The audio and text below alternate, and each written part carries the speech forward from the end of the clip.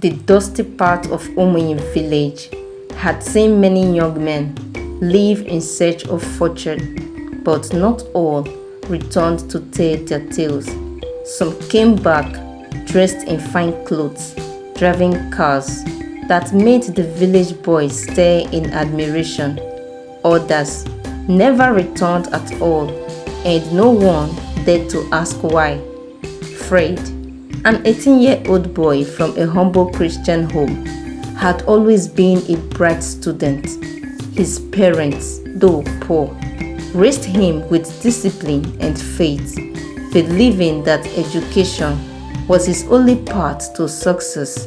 Yet, as he watched his childhood friends, school dropouts, who had relocated to the city, come back with expensive clothes and gifts for their families, doubt began to creep into his heart. His parents, once proud of his academic excellence, now saw him as a failure.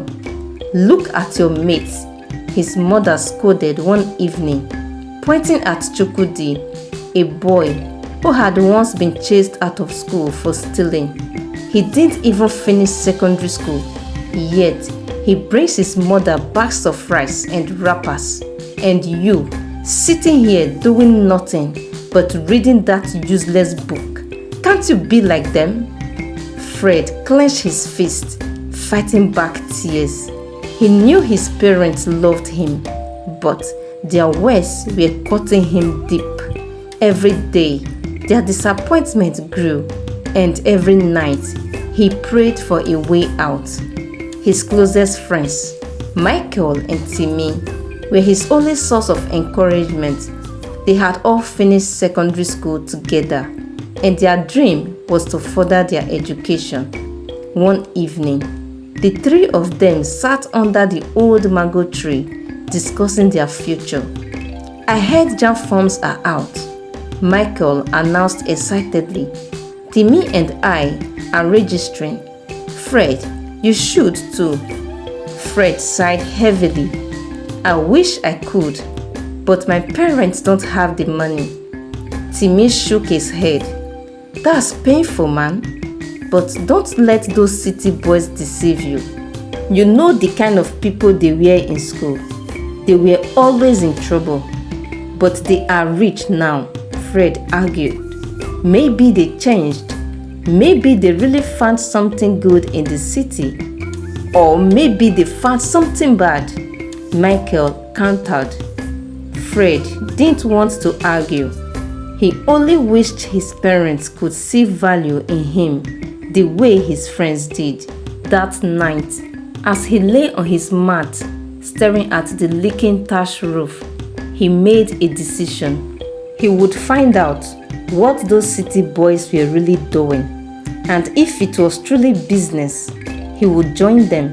Little did he know, the road he was about to take was one he could never return from. Days turned into weeks, and the tension in Fred's home only grew worse. His father, a farmer who spent most of his time on the cassava field, had little to say, but his mother's sharp words cut through Fred's soul daily. "If only you had sense, you would have gone to the city like your mates," she snapped one morning as she pounded yam in a wooden mortar. "What use is your so-called education if it cannot put food on this table?" Fred lowered his head. The shame of being seen as useless by his own family was unbearable.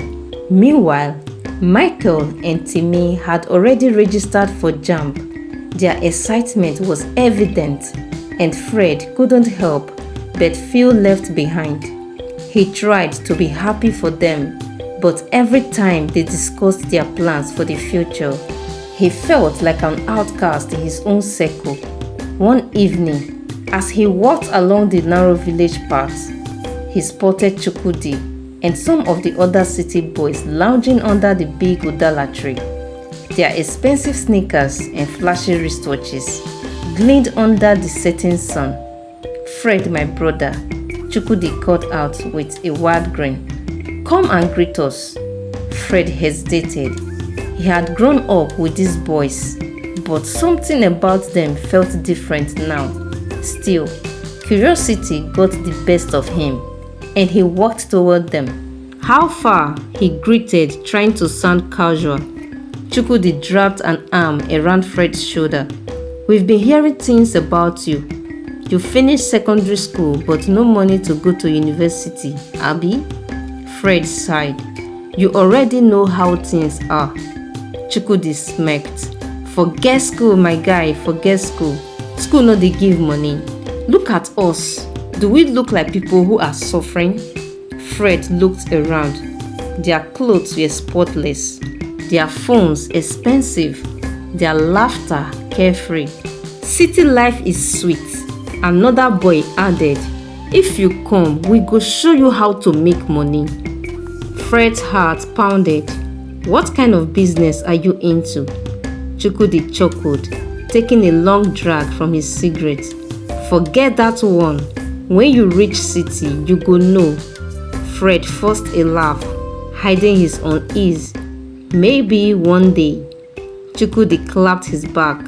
"Anytime you are ready, my guy. Here, take my address. If you ever find yourself in the city, just come. We are brothers." Fred hesitated before accepting the small piece of paper. He told himself it was just in case he ever needed a place to stay. That night, he lay on his mat, staring at the ceiling. His mother's insults, his father's silence, his friends moving forward while he remained stuck. Everything weighed on his mind. The city was calling, and soon he would answer. Fred had always prided himself on his patience, but even the strongest walls eventually crack under pressure. Michael and Timmy had left for the university. Their departure was like a knife to Fred's soul. He stood by the roadside, watching as they boarded a bus, their eyes filled with excitement for the future. "Take care, Fred," Timmy called from the window. "Stay strong," Michael added. "We'll keep in touch." Fred forced a smile and waved as the bus disappeared down the dusty road. The moment it was out of sight, his smile faded. He was alone now, completely alone. When he got home, his mother barely acknowledged him. Instead, she muttered, "Useless boy," under her breath. That night, Fred sat outside, staring at the moonlit sky. He had always believed that patience and hard work would lead to success. But how much longer could he wait? The next morning, his mother woke him up with more insults. "Lazy boy, wake up! Do you think food will fall from the sky? Or should I go and beg those city boys to adopt you?" Fred clenched his fist. He had had enough. Without a word, he walked back into the room and pulled out the small piece of paper Chukwudi had given him. His heartbeat quickened as he stared at the address. He knew what he had to do. By nightfall, he packed a small bag with the little clothes he owned. He had no money, no real plan, just a destination. Before stepping out, he took one last look at his home. His father was asleep. His mother sat outside, talking with the neighbors. She didn't even notice him leaving. Maybe she wouldn't care. With one deep breath, Fred turned and walked into the night. The city was waiting, and so was his fate. Fred had never traveled far from Umwenyi before. The rickety bus he boarded at dawn was packed with passengers, their faces worn with the stress of life. He clutched his small bag tightly, his mind torn between excitement and fear. As the vehicle rumbled along the dusty road, he imagined the city as a land of golden opportunities. Chukwudi and his friends had made it, hadn't they? Surely he could too. By late afternoon, the bus arrived at the bustling motor park in the city, the air was thick with the smell of roasted corn, petrol fumes, and unwashed bodies. Everywhere, people shouted, bus conductors calling for passengers, traders selling their goods, beggars pleading for alms. Fred stepped down, overwhelmed. This was nothing like the quiet village life he had known. He pulled out the crumbled piece of paper from his pocket and pointed at the address. He had no phone to call Chukwudi, no money for taxi, so he asked around, following directions from strangers until he found himself in a narrow, dimly lit street. Tall buildings loomed over him. The farther he walked, the more uneasy he became. Young men sat on the sidewalks, smoking and murmuring in low tones. The air smelled of something strange, something that made Fred's stomach tighten. Finally, he reached a rusty iron gate. He knocked hesitantly. The door cracked open, and Chukwudi's face appeared. "Fred?" Chukwudi's eyes widened in surprise before he broke into a grin. "You really came?" Fred forced a smile. "Yes, I had no choice." Chukwudi's grin widened. "You made the right decision, my guy. Welcome to your new life." He stepped aside, letting Fred in. The moment Fred crossed that threshold, he had no idea he had just entered a trap, one he might never escape. Fred stepped inside and took a cautious look around. The house was nothing like he had imagined. It was dark, with faded curtains covering the windows, making the air feel heavy and suffocating. The walls were cracked, and the faint smell of sweat and cigarette smoke lingered. In the small sitting room, 4 young men sat around a low wooden table, laughing and counting bundles of cash. Their faces lit up with excitement as they tossed naira notes at each other. "Who do we have here?" one of them asked, eyeing Fred. "This is my guy from the village," Chukwudi announced proudly. "I told you people he would come." Fred forced a nervous smile as the others sized him up. He suddenly felt like a small goat that had just walked into a den of hungry lions. One of the boys, a muscular guy, stood up and walked over to Fred. "So you want make money?" he asked, his voice rough. Fred hesitated. I just want to survive." The others burst into laughter. "Na so it dey start," the muscular guy said, slapping Fred's shoulder. "Sit down, make we gist." Fred obeyed, his heart pounding. He watched as they continued counting money, making crude jokes, and occasionally passing a small black handgun between them, as if it was just another household item. Chukwudi leaned in. "See, my guy, let me tell you something. This city no be for soft people. If you want to survive, you must learn the way of the street." Fred swallowed hard. "But what exactly do you do?" Chukwudi and the others exchanged looks before bursting into laughter again. "Business," Chukwudi finally said. "We do business." Fred wasn't sure if he should believe them, but for now, he had no choice. "Don't worry," Chukwudi continued. "We will take care of you. But first, you need to rest." Fred nodded, exhaustion creeping in. He had barely eaten all day. Chukwudi led him to a small room at the back of the house. There was no bed, just a thin smelling mattress on the floor. "Make yourself comfortable," Chukwudi said with a grin. "Tomorrow, we'll start showing you how things work." Fred lay down, but sleep didn't come easily. The laughter of the boys in the city room, the sight of the gun, the money, and the uneasy feeling in his gut all swelled in his mind. Had he just made the worst mistake of his life? The next morning, Fred woke up to the sound of loud voices outside his room. The house was already alive with activity, laughter, the clinking of bottles, and the occasional ringing of phones. Chukwudi appeared at the door, grinning. "Wake up, village boy. Time to see how the city works." Fred rubbed his eyes and sat up. His stomach rumbled, reminding him that he hasn't eaten since yesterday. "Come," Chukwudi said, leading him outside. The sun was already high in the sky, but the streets were far from welcoming. Fred noticed the way people walked fast, cautious, as if everyone was watching their own back.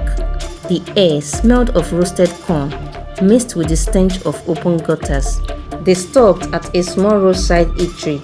Chukwudi ordered food, and for the first time since he arrived, Fred felt a little relief as he ate hungrily. "So, Fred," Chukwudi began after they finished eating, "tell me, are you ready to make money?" Fred hesitated. "Yes, but I still don't understand what you guys do." Chukwudi smirked. "Patience, my guy. First, we'll start small. Today, you will follow me around and watch." Fred nodded, though his stomach twisted with unease. They walked deeper into the city, stopping in front of a large shopping plaza. Chukwudi pulled out his phone and made a call. Minutes later, a well-dressed man in a suit walked up to them. "Na him be the new boy?" the man asked, looking at Fred from head to toe. Chukwudi nodded. "He is sharp. He will learn fast." The man studied Fred for a moment, then reached into his pocket and handed Chukwudi a small envelope. "Same arrangement," the man said before walking away. Fred frowned. "What just happened?" Chukwudi chuckled. "Business, my guy." Fred opened his mouth to ask another question, but Chukwudi cut him off. "Oya, let's move." As they walked down the street, Fred couldn't shake the feeling that he was stepping into something far bigger and far more dangerous than he had expected. And for the first time, he wondered if he still had a way out. Fred's unease deepened as he followed Chukwudi through the busy streets. He still didn't understand what kind of business they were doing, but he knew one thing for sure. This wasn't the life he had imagined when he left Umuyi. They stopped in front of a rundown building. It was covered in peeling paint.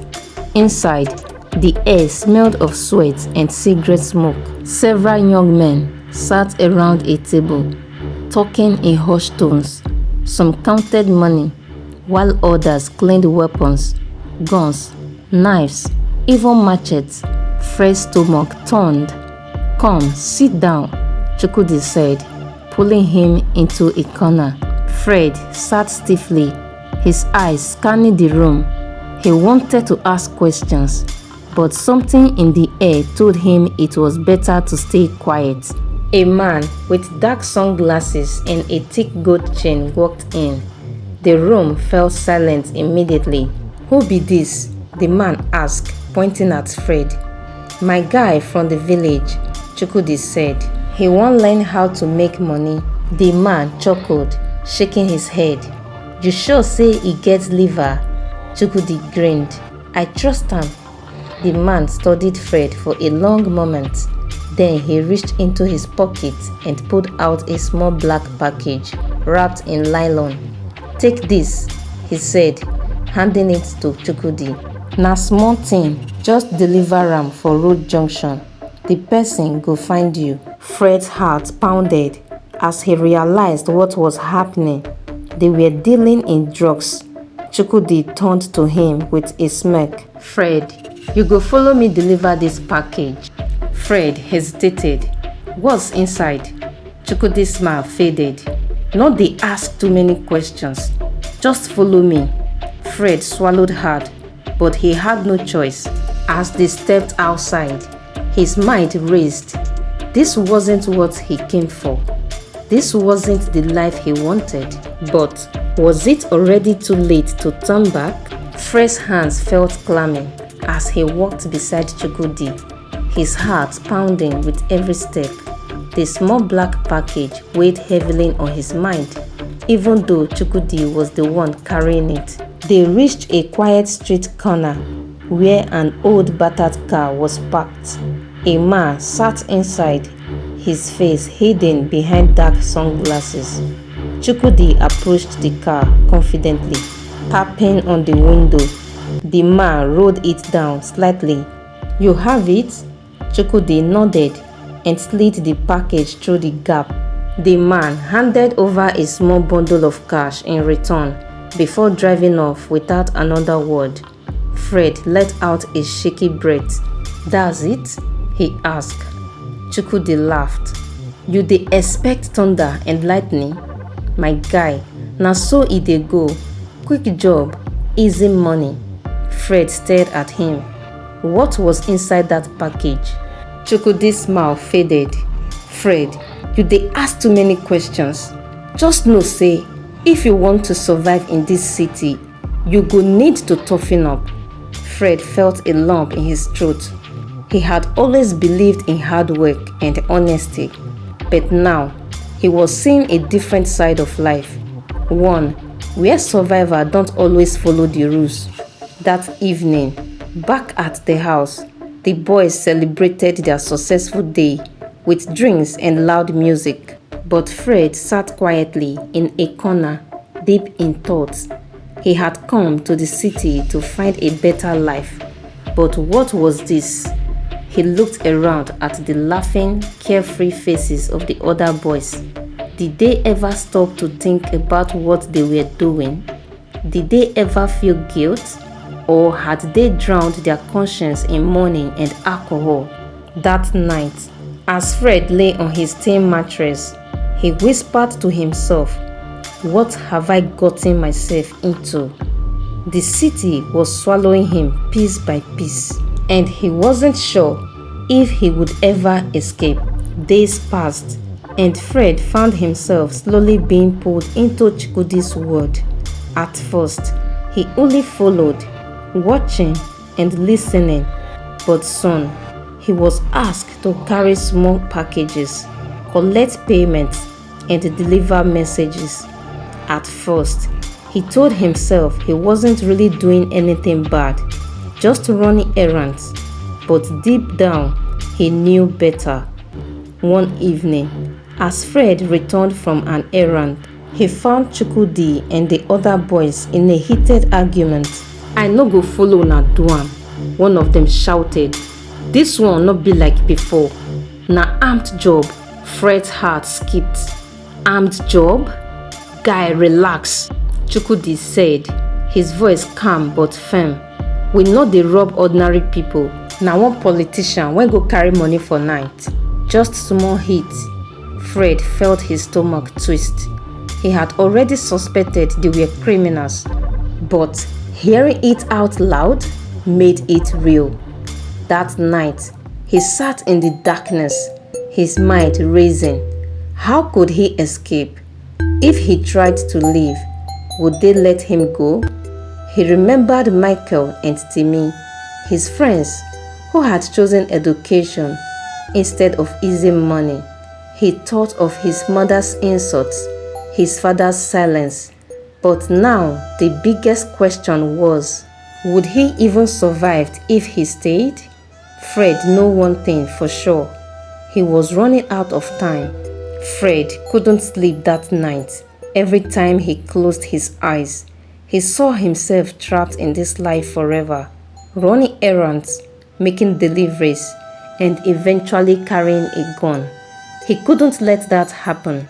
By morning, he had made his decision. I have to leave no matter what. The problem was how. Chukwudi and the other guys treated him like a younger brother, but Fred knew that didn't mean they would let him walk away. He had seen what happened to one of the boys who tried to leave, a brutal beating that left him unconscious for days. Still, he had to try. Later that evening, as they sat outside drinking and laughing, Fred casually spoke up. "Chooks, I dey think say I go like travel go another state. Maybe start small business or learn work. Chukwudi turned sharply, his eyes narrowing. Travel go where? Fred swallowed. Maybe Abuja. I get one uncle wey fit help me. The others stopped talking, their attention now fully on Fred. Chukwudi studied him for a long time before laughing. Fred, you think say this life na that easy? I know. I just feel say this work no be my way, Fred said carefully, trying not to sound too desperate. Chukwudi's smile faded. You don't join us. You no fit waka just like that. Fred's heart pounded. But I never do anything bad. That one no concern us. Another boy interrupted, his voice cold. You don't see things. You don't know our movements. If you leave, who go say you no go talk? Fred's blood ran cold. You know they go anywhere, Chukwudi said firmly. Now for here you go stay. Fred nodded slowly, but inside, panic gripped him. He was trapped, and now he had to find another way out before it was too late. Fred knew he had to act fast. The more time he spent in that house, the harder it would be to escape. But running away wasn't going to be easy, not when Chukwudi and the others were watching his every move. For the next few days, he played along, pretending to accept his fate. He laughed at their jokes, followed instructions without question, and even acted interested in their business. But inside, he was calculating, waiting for the perfect opportunity. That opportunity came one night. The boys were celebrating another successful operation. The drinks flowed freely, and soon, most of them were either passed out or too drunk to notice anything. Fred saw his chance. His heart pounded as he quietly slipped into the back room where they kept their things. He found a small bag and stuffed it with a few clothes. His fingers trembled as he reached into Chukwudi's jacket and put out some cash, just enough for transport. Then carefully, he made his way to the door. But just as he was about to open it, the police stormed into the house, guns drawn. Fred froze, his face masked with fear. The officers turned their attention to Fred. Oh, I see. You were already making your way out of town. Interesting. Oh, Jesus, sir, please. I'm innocent. Fred tried to explain himself, but before he could, one of the boys gave him a warning glance, signaling him to run. Fred hesitated for a moment, unsure of how to. Then the officer shouted, "Don't move!" Suddenly, the sound of gunshot filled the room. Fred turned to flee, but it was too late. He was shot in the chaos. The news of Fred's death spread quickly. His parents were beside themselves with grief, unable to comprehend what had happened. Their once promising son, who had only wanted a better life, had been caught in the web of crime and deceit. Michael and Timmy, now in their second year at university, were devastated. They had no idea Fred had left for the city. They wished they had been there for him, offered him more support. Michael, who had become a medical student, tried to save Fred in his mind, imagining how he could have treated his wound. Timmy, a law student, imagined the case he could have made if he had been there to defend Fred.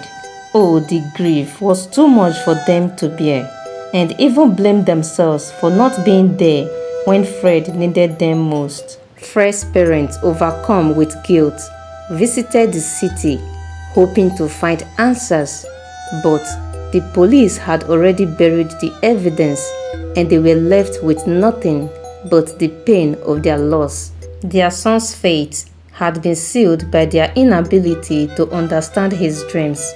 Back in the village, people began to question their own judgments. They realized how they had let their envy of the boys from the city cloud their understanding of success. The tragedy of Fred's death became a pivotal moment for the village. The parents, now humbled by the loss of their child, began to understand that success wasn't about imitating others.